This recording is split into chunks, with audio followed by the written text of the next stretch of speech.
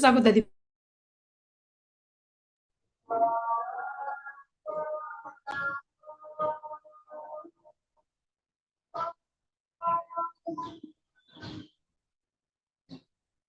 laptop satu ke laptop lain.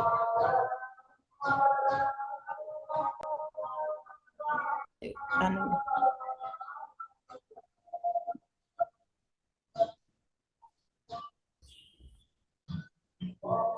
sementara link Zoom satunya saya tunggu.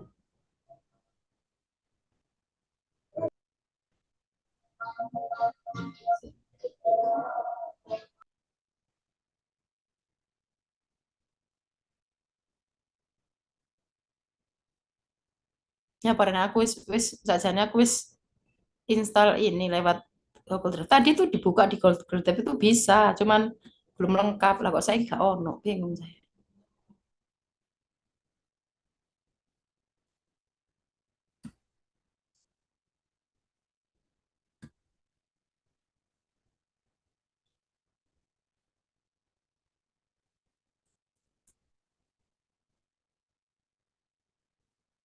Tadi malam itu saya nggak enak badan, jadi nggak iso mindah-mindah.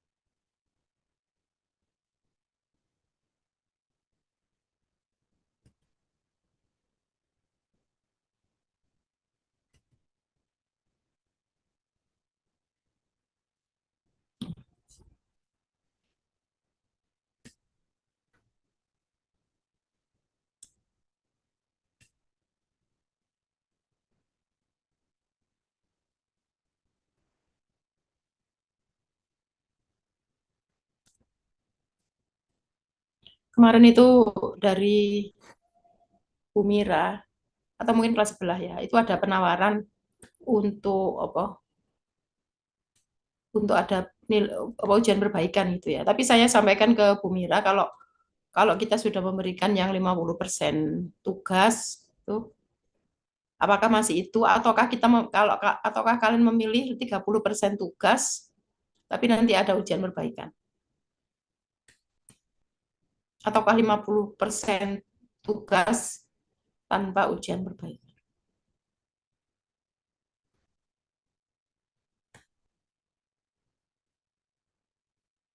Soalnya di antara kalian tuh mungkin waktu ketemuan apa itu ada kan, ada ujian perbaikan atau gimana gitu. Tapi kalau kalau kita sudah memberikan 50% nilai tugas itu sudah luar biasa sebetulnya. Nah, ini bisa keluar.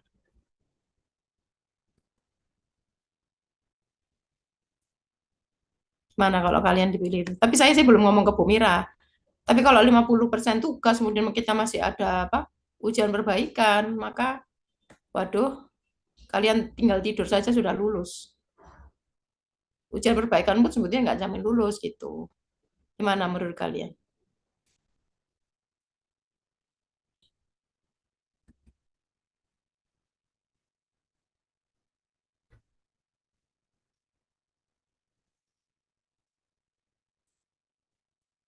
Enak 50% tugas tanpa ujian perbaikan atau ujian perbaikan tapi tanpa ini suara saya tidak dengar ya? Dengar, Bu. Dengar ya? Sih, aku gitu bingung sih.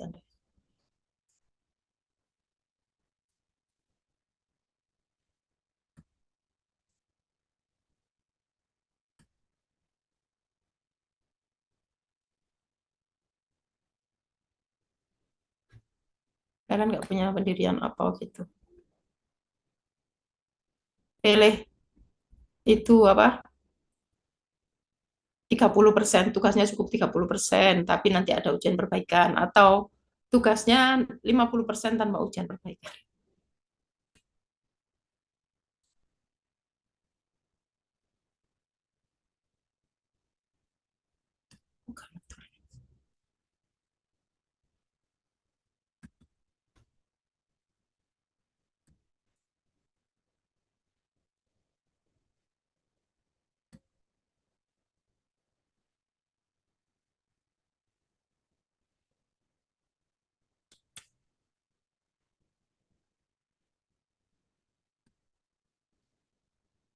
Kamu tuh lagi nih, Rek. Saya masih penyesuaian ini nih.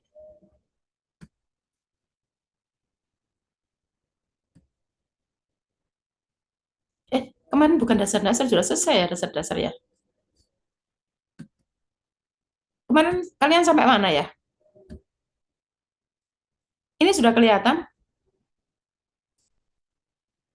Sudah, Bu. Sampai apa kemarin? Sampai potensiometri apa?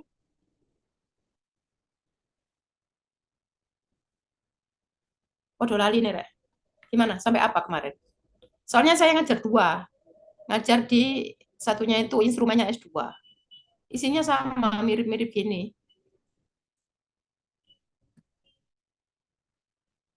Gimana? Kemarin ini sudah belum? Belum, Bu. Belum.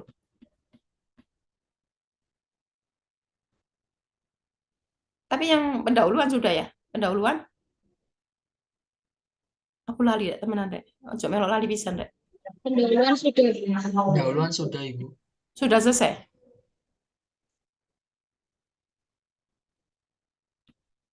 Sudah selesai ya? Kalau ini sama sekali belum? Belum. Sudah, Bu. Hah? Sing sudah apa? Sampai Kalau di potensi. catatan saya sampai potensiometri. Oh, potensio ya. Makanya itu aku lali, Rek, tahu menanda.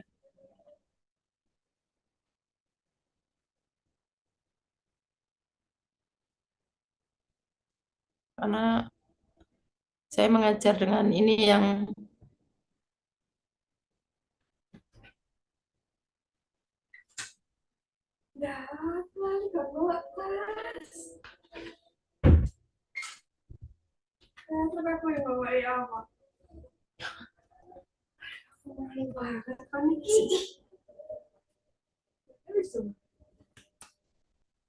yo, aku menyesuaikan, Rek, sih, Rek. Bingung saya, Rek. Sudah potensiometri ya kemarin, kok sok lupa sih. Kemarin kalau sampai lupa aku sih, Rek, ya. Bingung aku.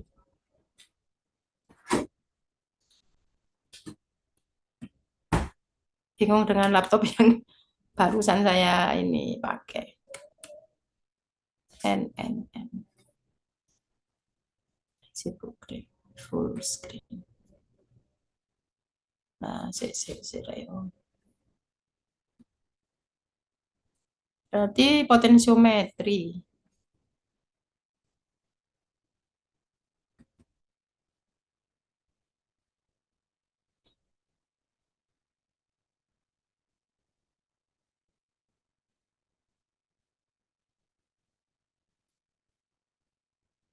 Sampai apa, Rek? Sampai.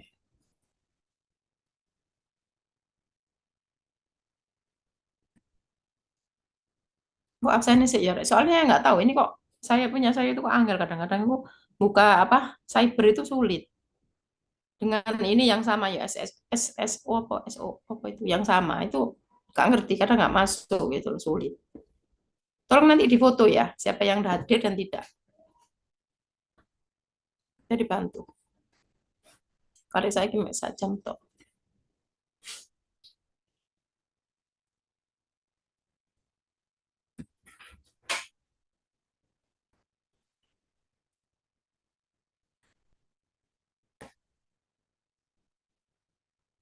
Muncul sih, Rek. Kok kamu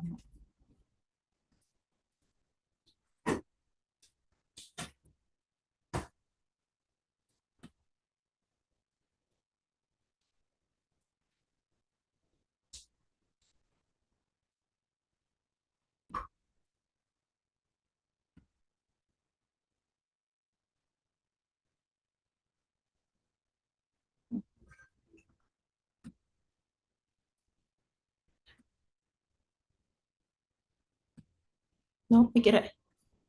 Nggak ngerti ya, Rek. Sudah kelihatan ya.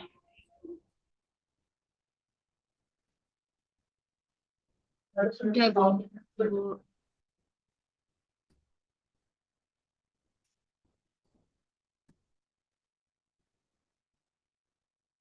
Sing model anyar kok ruwet saya. Ini kelihatan full screen apa enggak?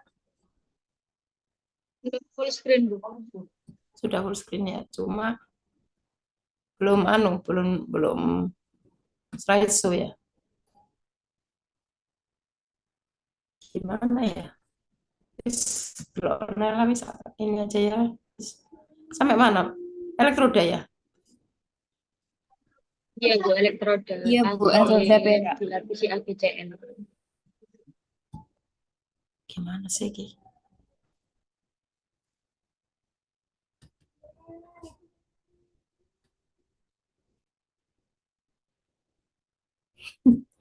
Ini belum slideshow ya? Belum slideshow. Sudah full tapi belum slideshow kok gak kena ya sebelah nanti. Mungkin masih ini ya, saya masih soalnya ini pakai Google Drive sih. Jadi belum saya pindah ke situ. Jadi saya bingung ini. Coba sak ketok lah wong di depannya anu kayak. Elektroda ada elektroda pembanding, elektroda kerja ya.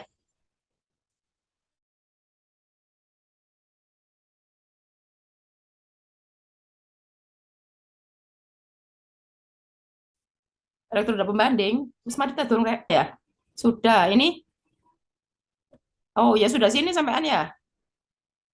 Sudah, Bu. Ini sudah ya. Iya, sampai yang elektroda AG dilapisi AGCN. Nah, kan sampaikan itu aku nek gak ngono. Entah ininya tok ya. Tiba-tiba memori saya keluar. Ya, terima kasih yang mengingatkan tadi. Ya, ini juga sudah ya. Nah, itu tadi ya itu aja. Jadi untuk elektroda pembanding itu hanya elektroda pembanding itu pembanding primer dan sekunder ya. Yang primer itu ada apa? Elektroda hidrogen ya. Hidrogen H2. Potensialnya berapa? 0 ya. Terus kemudian karena dia sulit dikendalikan karena bentuknya gas, maka digunakan elektroda pembanding sekunder. Pembanding sekunder itu ada dua. Ya, tolong ini dicatat lagi. Kalau kalian kemarin belum nyatat atau kok kemarin mencatat, ya dilihat lagi catatannya ya. Pembanding sekunder ada dua.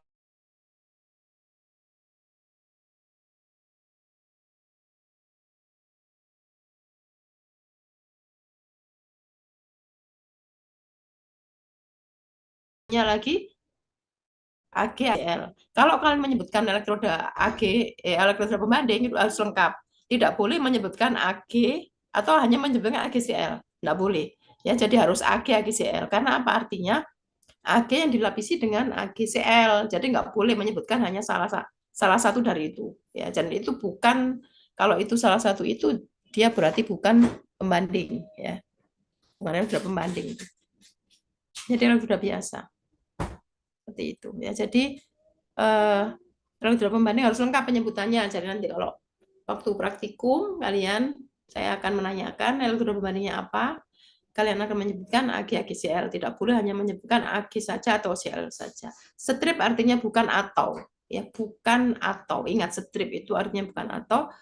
Artinya elektroda AG yang dilapisi oleh AGCL. Itu ya. Jadi strip itu bukan artinya atau. Kemudian elektroda kerja logam ya. Jadi awal mula potensiometer itu digunakan elektroda kerja logam. Ya, bahannya logam. Berikutnya nanti membran ya. Jadi logam itu kan terbatas ya.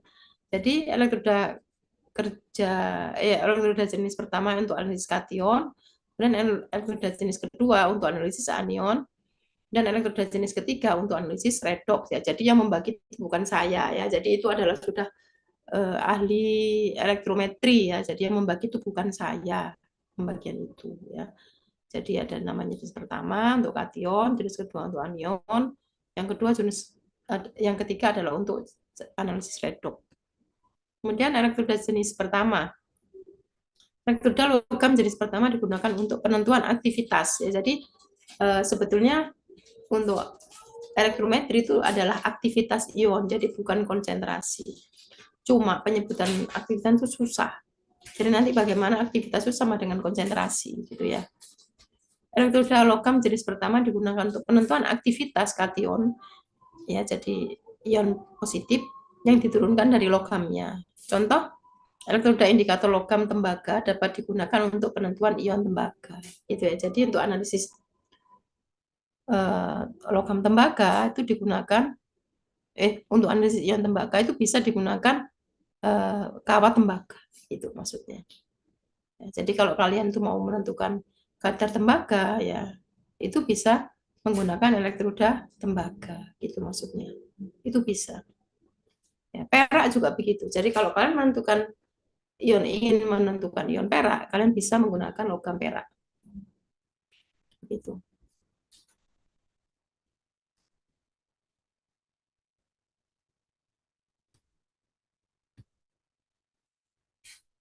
Ya ini contoh elektroda indikator logam tembaga dapat digunakan untuk penentuan ya.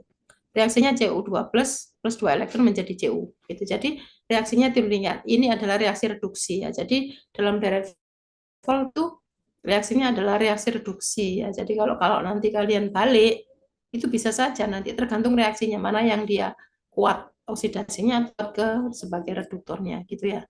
Di S1 atau kalian waktu SMA sudah dijelaskan seperti itu ya. Jadi nanti tapi dalam direct volta itu kita menggunakan potensial reduksi ya. Jadi dasarnya adalah menggunakan potensial reduksi. Potensial elektroda adalah E indikator sama dengan E0Cu ya. E0Cu, E0 dari tembaga itu dari direct volta ini adanya. Kemudian dikurangi 0,0592 per 2 ya. Sebetulnya ini adalah angka dari RT per NF ya. RT per NF ya ini RT ini NF. Learn harusnya learn akhirnya diganti log. Ya, tapi nanti ada faktor antara log dan ln itu ya. Jadi akhirnya E indikator sama dengan E0 Cu min 0,0592 per 2 log 1 per 2 plus. Nah, log ini sebenarnya adalah ini reduksi dalam bentuk reduksi dibagi bentuk teroksidasi. Ya, jadi dalam bentuk reduksi ini kan dia logam ya. Kalau logam itu ditulis 1. Ya, pokoknya selain larutan ya logam ditulis 1. Ya, jadi kanan dibagi kiri gitu. Makanya nggak boleh salah ini harus reduktor. Maksudnya itu harus potensial reduksi. Jadi potensial reduksi dalam keadaan reduksi dibagi teroksidasi. Jadi ini reduksi dibagi oksidasi begitu ya. Reduksi dibagi oksidasi.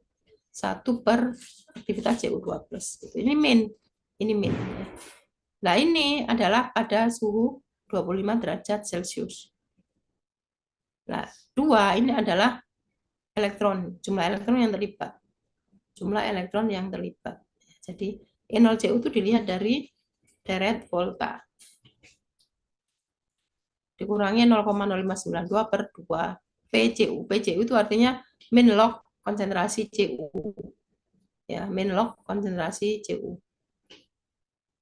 Ya, kalau ini kita pindah ke atas, ya, ini kita pindah ke atas, ini berarti kan minus ya. Jadi itu makanya P itu artinya kan min log. Nah, sama dengan pH. pH itu namanya min log pH kan. Ya nanti untuk lebih jelasnya mungkin kalau nulis di papan tulis gitu ya. Tapi saya kira kalian kalau sudah ngerti ini mestinya bisa ya.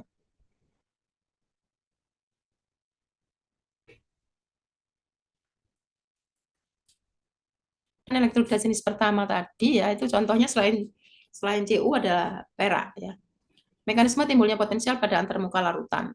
Ketika elektroda logam perak dicelupkan dalam larutan perak, maka adanya ion perak pada larutan akan mengganggu kesetimbangan Ag plus yang ada pada permukaan elektroda sehingga menghasilkan beda potensial pada permukaan logam perak larutan perak. Yang besarnya tergantung konsentrasi larutan perak. Tambahi sendiri yang besarnya tergantung konsentrasi larutan perak.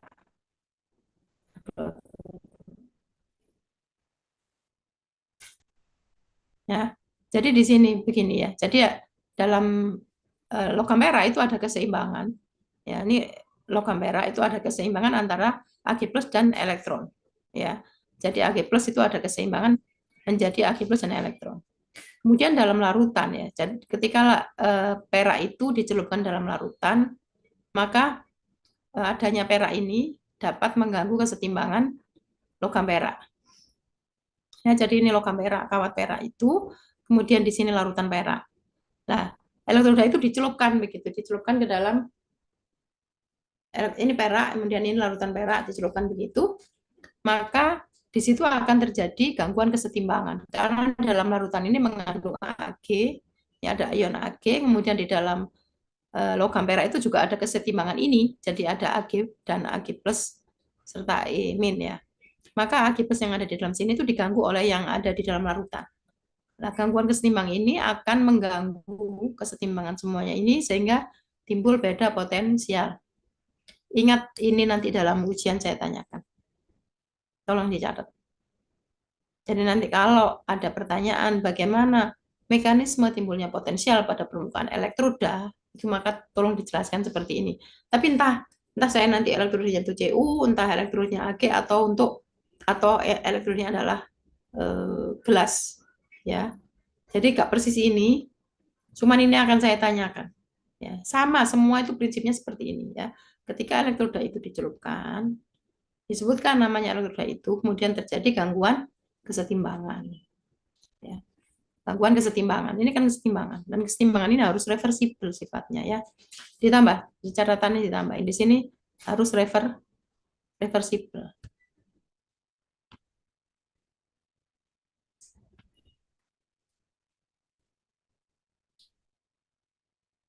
Jadi elektroda tembaga dapat mengukur secara langsung ion Cu. Logam lain yang memberikan hasil reversibel adalah perak, raksa, kadmium, seng, dan timbal. Jadi tidak semua ion logam itu bisa untuk jadi tidak semua logam itu bisa untuk analisis ionnya. Jadi yang bisa hanya Cu. Ya, coba ini catatan ya. Cu, Ag, Hg, Cd, seng, dan Pp. Ya, jadi kalau saya ingin menentukan Pp12, saya bisa menggunakan logam Pp kalau sebagai elektroda. Kalau saya ingin menentukan ion seng ya dalam larutan, maka saya bisa menggunakan logam seng. Kalau saya ingin menentukan raksa, maka saya bisa menggunakan raksa sebagai elektroda. Tentunya raksa itu kan bentuknya cair ya. Jadi bagaimana nanti dia bisa sebagai elektroda. Kemudian ya dilapiskan gitu ya. Kemudian perak ya. Perak kalian pasti tahu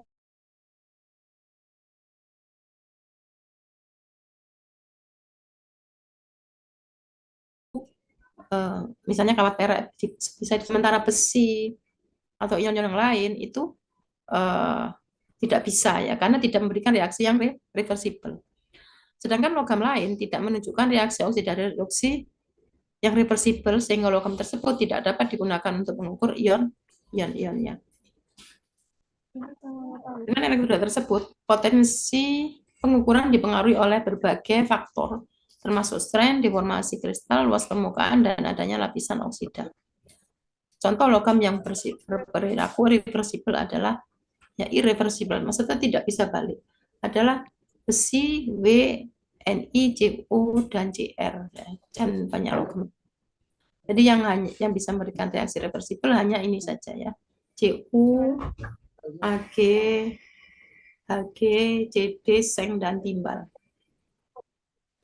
Oh ya, saya lupa kemarin tuh saya menyampaikan kontraknya ya, opor aku lali deh. Ada tugas ini enggak? Tugas presentasi enggak? Saya kok lupa presentasi. Membuat video enggak? Saya lupa. Yang kemarin. Konali kabar nanti ada tugas membuat video ya. Masing-masing loh ya. Per orang satu. Jadi gini nanti tugasnya saya kok nggak sampai ya, saya kelupaan. Begini nanti ya tugasnya nanti itu ada dua macam. Yang satu itu latihan soal ya yang biasa.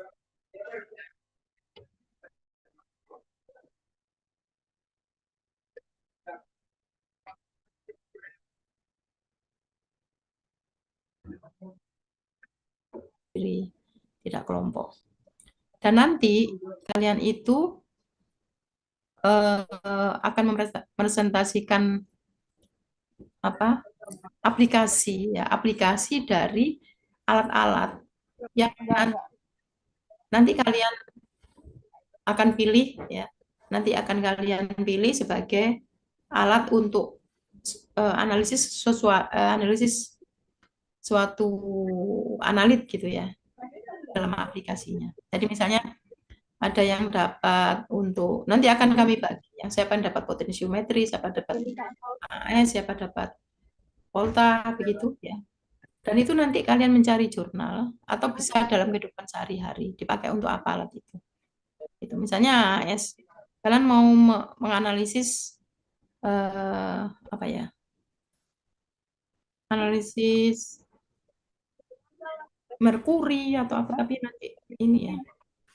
Boleh lah ya. Seandainya untuk analisis merkuri atau untuk PB, terus kemudian nanti dijelaskan di situ bagaimana caranya, tahapan-tahapannya seperti itu. Gitu. Dan itu kalian bisa cari di jurnal. Nah, dari jurnal tadi kalian bisa apa? Mengambil intisarinya. Kemudian tolong catat ya. Kemudian dari intisari tadi kalian presentasikan dalam bentuk video seperti dosen menjelaskan ke mahasiswa seperti ini. Nah, dalam video itu ada tampilan kalian dalam bentuk apa? Full screen. Kemudian yang di ujung sini ada diinsertkan itu adalah kalian, maksudnya foto kalian ketika menjelaskan. Bukan foto, ya bentuk ini, bentuk video kayak saya menjelaskan ini. Bisa dipahami itu. Nanti bentuk tertulisnya akan saya sampaikan lagi ya. Soalnya ini modelnya. Ya, bisa dimengerti ya. Jadi nanti bobotnya untuk semua tugas itu nanti 50%. Terus UTS-nya 25%, UAS-nya 25%. Ya. Kemudian syarat untuk nilai keluar itu semua pekerjaan itu harus diikuti. Jadi tidak boleh kalau misalnya kalian aku kok nilaiku api, aku nggak ikut UAS gitu, atau mungkin saya nggak perlu ikut UTS karena dari nilai saya itu saja saya sudah dapat nilai D atau gitu, atau mungkin dapat nilai C gitu. Terus kemudian kalian nggak ikut ujian itu nggak boleh. Jadi syaratnya harus tetap mengikuti semua tahapan-tahapan itu, gitu ya. Jadi nanti itu semua tuh mandiri, jadi nggak ada kelompok. Bukan berarti nggak boleh berkelompok juga, gini maksudnya. Andai kalian menemukan suatu jurnal yang mirip, ya jurnalnya itu mirip, itu boleh nanti dipakai berdua sendiri-sendiri, tapi nanti tetap BPT-nya setiap orang itu punya cara sendiri-sendiri untuk apa? Untuk menampilkan dalam bentuk PPT, kemudian kalian kan sendiri-sendiri menjelaskannya dalam bentuk video rekaman layar. Bisa dipahami? Jadi itu nanti tugasnya ya. Saya kok kelupaan belum karena kemarin tuh adik saya sakit, jadi malis. Tapi intinya seperti itu. Jadi kami meminta kalian untuk apa? Membuat ya tugas yang bobotnya nanti 30%. Ya, jadi nanti 20% itu mengerjakan soal-soal, latihan soal. Kemudian yang 30% membuat video. Dan itu semua mandiri. Semua mandiri, tapi ketika kalian mau berdiskusi dengan temannya juga bisa kan, ketika meskipun itu mandiri kan, ketika kalian mengerjakan tugas itu boleh sama teman-temannya untuk menyelesaikan tugas-tugas itu, saling ya ojo menyontoh tok rek ya. Jadi berdiskusi lah, jadi masing-masing mengerjakan sendiri-sendiri, kemudian ini yang bener apa rek ya apa gini gini gini gini lah, itu kan tetap ya. Jadi meskipun kalian tugasnya mandiri, tapi dalam hal itu kalian boleh berdiskusi ya. Kecuali dalam ujian kalian tidak boleh berdiskusi ya. Dalam ujian tuh tidak boleh berdiskusi, tapi kalau dalam mengerjakan tugas silakan berdiskusi itu ya. Jadi nanti tugasnya 50% ya, tugasnya 50%, kemudian ujian UTS ya, UTS dan UAS masing-masing 25%. Tetapi ingat, jangan meremehkan itu. Tetap kalian harus belajar yang baik sehingga akan memperoleh nilai yang sangat baik, yang terbaik. Gitu ya. Bisa dipahami gitu ya. Nanti akan saya ganti itunya ya saat soalnya posisi saya juga lagi nggak enak ini, jadi nggak enak sekarang duduk di bawah. Itu ya. Terus kemarin juga adik saya sakit oma jadi ngurusi juga gitu. Dan nanti kalau kita masuk jadi nanti lebih baik lagi ya. Nanti akan saya bagi dan tolong diingatkan, mengingatkan saya bagaimana pembagiannya ya nanti.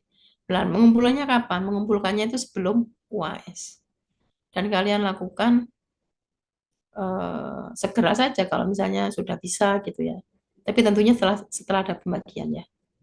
Dan yang menilai siapa gitu? Yang menilai 2 orang dosen. Jadi 30% tadi, meskipun itu bukan bidang saya, misalnya bukan masalah bidang, bukan saya mengajar, itu saya akan bisa menilai video itu gitu.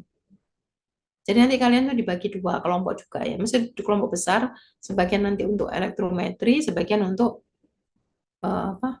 Spektrometri gitu ya. Gitu nanti gitu. Kemudian nanti dua-duanya ini saya juga menilai gitu. Dosen satunya nanti Pak Yanwar juga menilai gitu. Juga menilai misalnya elektrometri kalau yang itu nanti waktu presentasi itu kayak apa gitu. Bisa ya dipahami kayak gitu ya. Jadi itu sangat membantu nilai kalian. Tapi bukan berarti terus waduh bisa nilai tugas akeh kemudian kalian terus aku nggak belajar nggak gitu. Ya kalau kalian ingin nilai yang terbaik adalah tetap dapat yang terbaik ya, dapat nilai yang terbaik. Kalau enggak ya nggak bisa. Gitu ya. Ada pertanyaan mengenai itu?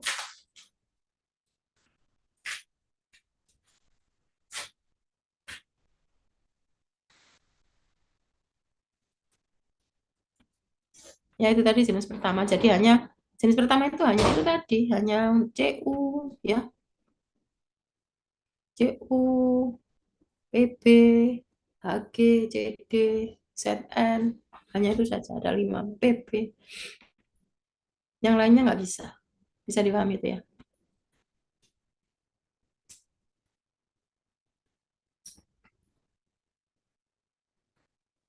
Dan yang jenis kedua, elektroda logam jenis elektroda logam sering dapat memberikan respon aktivitas anion yang ionnya membentuk endapan atau kompleks ion yang stabil. Contoh perak dapat berfungsi sebagai elektroda jenis kedua untuk anion halida. Untuk mempersiapkan elektroda pada penentuan ion klorida hanya diperlukan pelapisan perak dengan perak klorida. Jadi kalau ini memang elektrodanya AgCl. Ya, elektroda AgCl itu untuk penentuan Cl- gitu. Jadi kalau kalian misalnya menyebutkan elektroda menggunakan elektroda standar AgCl itu salah ya. Jadi harus sebutkan lengkap AgCl kayak gitu.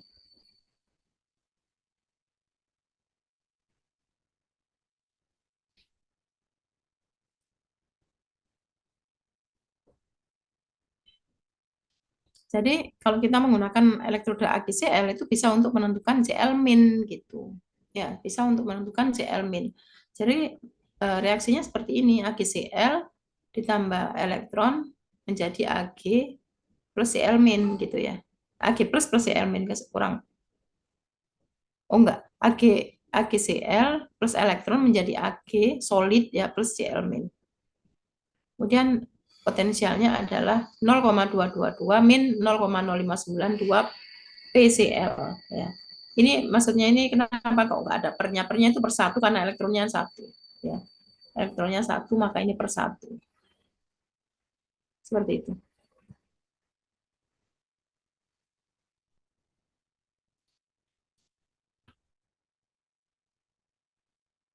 Kemudian elektroda penting dari jenis kedua. Jadi untuk aktivitas Y dari EDTA saja ya. Nanti nggak akan saya tanyakan. Cuma diketahui saja. Jadi ini wis wis gak musim lah gitu ya. Sekarang kan gampang yang lain gitu ya. Anion dari EDTA didasarkan pada respon elektroda merkuri dengan adanya konsentrasi kecil dari kompleks EDTA Hg2 yang stabil ya seperti itu.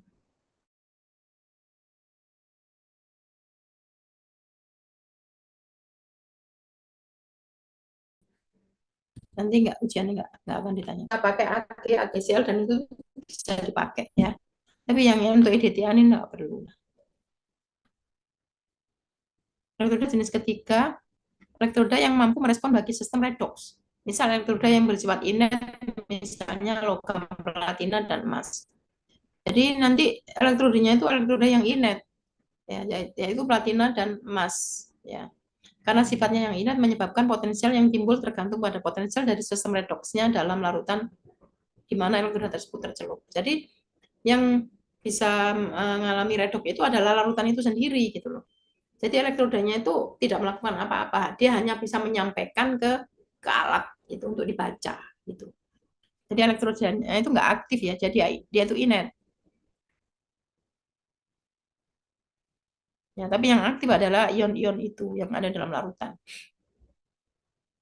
Seperti itu. Jadi misalnya dalam larutan itu ada yang satunya dioksidasi, satunya direduksi. Ketika dicampur, maka mereka itu akan melakukan akan terjadi reaksi. Nah, ketika reaksi mulai dicampur sampai nanti selesai reaksinya itu, maka oleh elektroda itu bisa direkam gitu. Seperti itu. Jadi dasarnya itu. Jadi reaksi kimia dulu, kemudian baru elektrokimia. Tapi kalau yang lain itu adalah elektrokimia dulu, baru reaksi kimia. Gitu.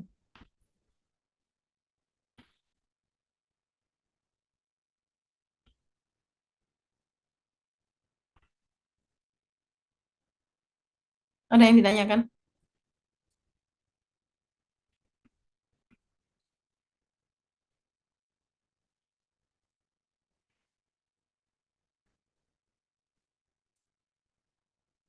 Apakah ada yang ditanyakan? Ere? Belum, Bu.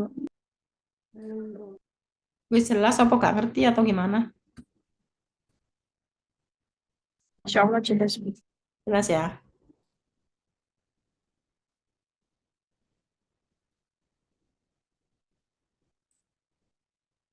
Jadi begitu. Jadi kalau elektroda yang lain itu di dalam larutan itu nggak ada reaksi apa-apa.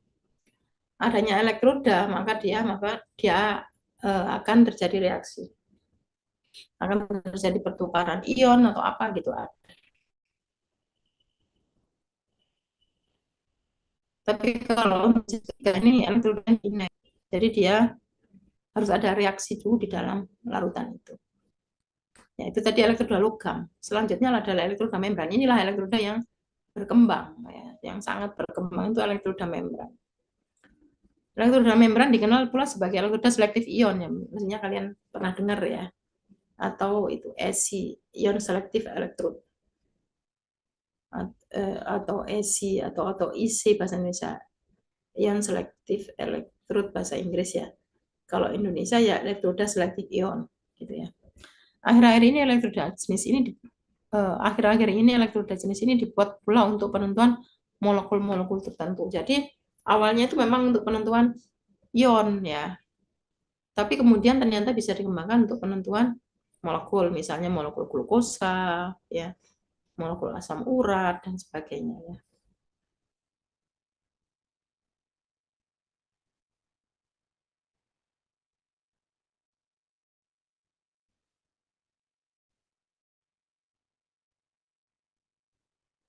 Kotak yang ditindak membran dinyatakan sana ya, ini B sama dengan E0 plus min ya. Plus min itu untuk plus itu untuk kation, min itu untuk anion ya. E sama dengan E0 plus min 2,3 RT per NF log ya. Log aktivitas ion utama ditambah aktivitas pengganggu-pengganggunya. Ya, jadi ini pengganggu-pengganggunya.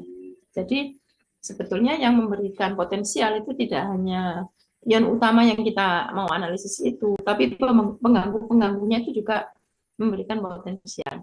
Tetapi harapannya pengganggu-pengganggunya tadi potensial itu kecil, sehingga tidak mengganggu analisis gitu ya. Bisa dipahami seperti itu. Maka itu disebut sebagai elektroda selektif ion. Ya, E0 adalah tetapan yang tergantung pada geometri elektroda. AI ini adalah aktivitas ion utama. AC adalah ini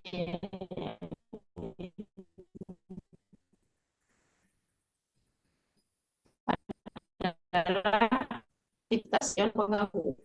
N adalah muatan ion utama ini. M adalah muatan ini M-nya. KIJ adalah koefisien selektivitas potensiometri dari ion I relatif terhadap ion J. Seperti itu.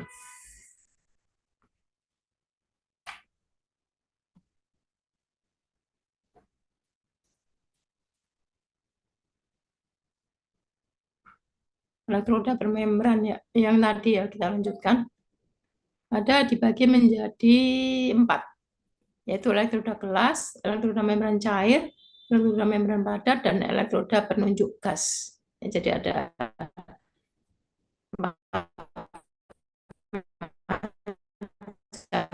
ini untuk potensiometri.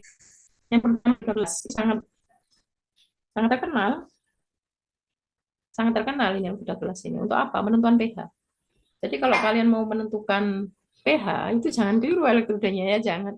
Jadi jangan menggunakan elektroda yang lain, jadi gunakan elektroda gelas. Namanya elektroda gelas. Kenapa gelas ya namanya? Karena bahannya dari kaca. Bahan aktifnya adalah kaca. Jadi elektroda gelas yang paling populer adalah elektroda bagi penentuan ion H+, ya, atau pH pada larutan.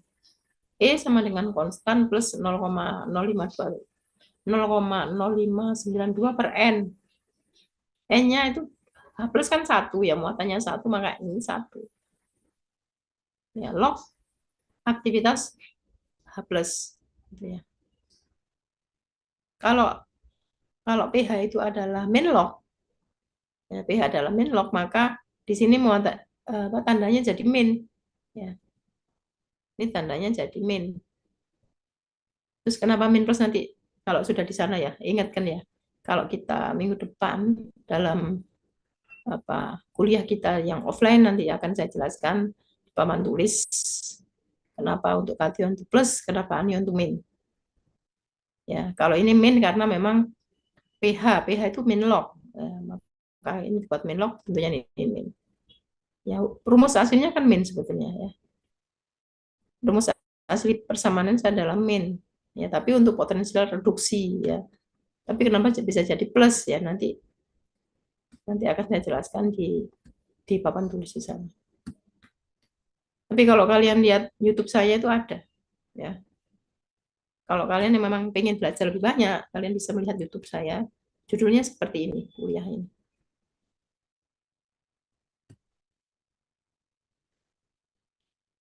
Tapi saya juga tidak memaksakan. Kalau kalian ingin melihat di YouTube saya itu akan lebih jelas, ya, dan tentunya mesti nilainya bisa lebih lah. Maksudnya bisa lebih itu karena bisa mengerjakan soal-soal saya lebih mengerti gitu ya. Karena mahasiswa itu nggak usah dipaksa, terserah ya, jadi terserah, ujung-ujungnya ya buat nilaimu sendiri seperti itu gitu ya. Kalau kalian ingin belajar banyak ya kalian akan memiliki textbooknya gitu ya, kalian akan melihat penjelasan dari dosen dalam bentuk yang lain kayak gitu ya. Tapi kalau mau hanya ini saja, apalagi hanya PPT saja ya wis gitu ya, terserah ya.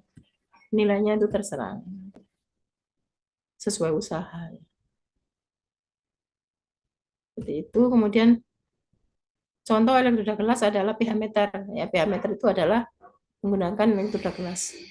Membran gelas itu isinya adalah sodium silikat. Ya, sodium silikat yang dibuat melalui penggabungan antara L2O3, Na2O, dan SiO2.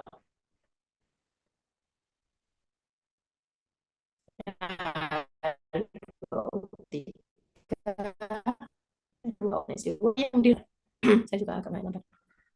Tapi lumayan lah tadi malam gratis. Karenanya elektroda gelas ini mudah rapuh. Ya, jadi mudah rapuh. Gitu. Jadi dia tipis banget. Nah kalau nanti dia nggak tipis ya nggak bisa dilewati oleh ion, gitu ya. Jadi elektroda itu biasanya tipis. Jika sedikit jumlah Al2O3 akan merespon pH plus saja, yaitu untuk pH. Kemudian jika peningkatan jumlah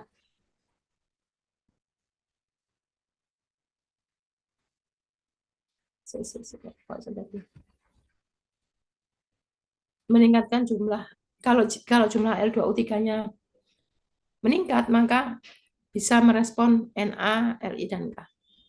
Semua sensor kimia potensiometri dikondisikan sebelum digunakan, kecuali elektroda pH. Ya, jadi maksudnya apa? Sebelum digunakan, elektroda itu harus direndam. Ya, harus direndam dalam larutan yang mau dianalisis.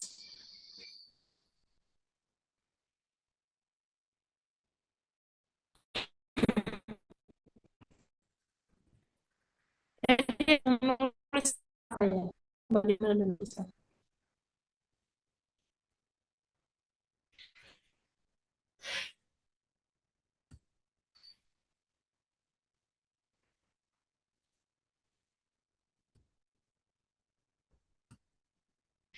Loh, selesainya jam berapa, Rek?